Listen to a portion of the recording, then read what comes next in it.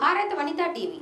విజయవాడ వరద బాధితులకు బాసటగా ఎమ్మెల్యే గల్లా మాధవి, శ్రీ భ్రమరా ట్రస్ట్ అధినేత గల్లా రామచంద్రరావు సహకారంతో అన్నార్తులకు భారీగా భోజనాలు పంపిణీ చేశారు. అన్నార్తులకు 10,000 భోజన ప్యాకెట్లు, 20,000 వాటర్ బాటిళ్లను అందించారు. వరద సహాయక చర్యల్లో స్వయంగా ఎమ్మెల్యే గల్లా మాధవి పాల్గొన్నారు.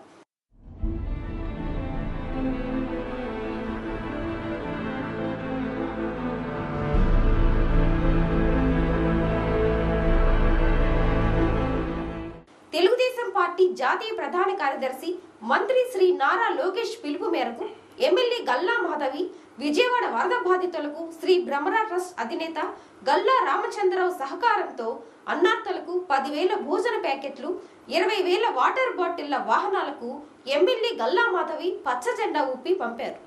ఈ సందర్భముగా గల్లా మాధవి మాట్లాడుతూ అకాల వరద బీభత్సానికి విజయవాడ పూర్తిగా మునిగిపోవడం, సుమారుగా 1-2 లక్షల మంది వరదల్లో ఉండటం బాధాకరమని, రాష్ట్ర ప్రభుత్వం నుండి సహాయ కార్యక్రమాలు జరుగుతున్నాయని, విపత్తుల సమయంలో ప్రజలకి అండగా నిలబడేది తెలుగుదేశం పార్టీయేనని, సమర్థుడైన నాయకుడు ముఖ్యమంత్రి చంద్రబాబు గత 2 రోజుల నుండి విజయవాడలోనే ఉంటూ సహాయ కార్యక్రమాలను పర్యవేక్షిస్తున్నారని, ప్రజలు కంగారు పడవద్దని ఎమ్మెల్యే గల్లా మాధవి కోరారు.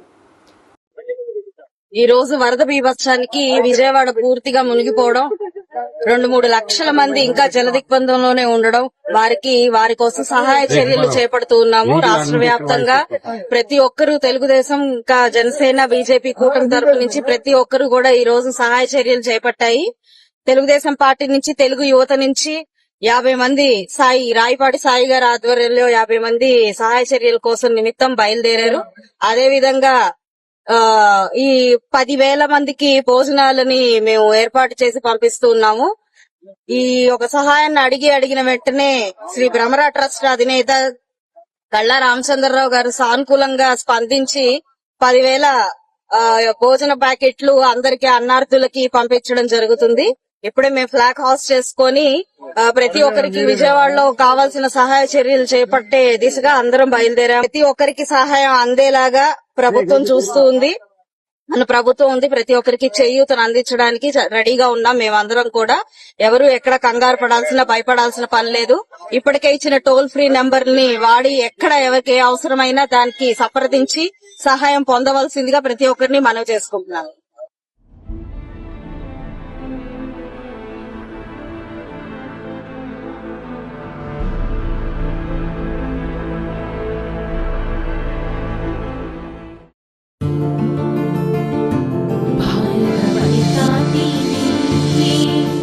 వాస్తవాన్ని రాస్తా, నిజాన్ని చెబుతా, భారత వనితా టీవీ.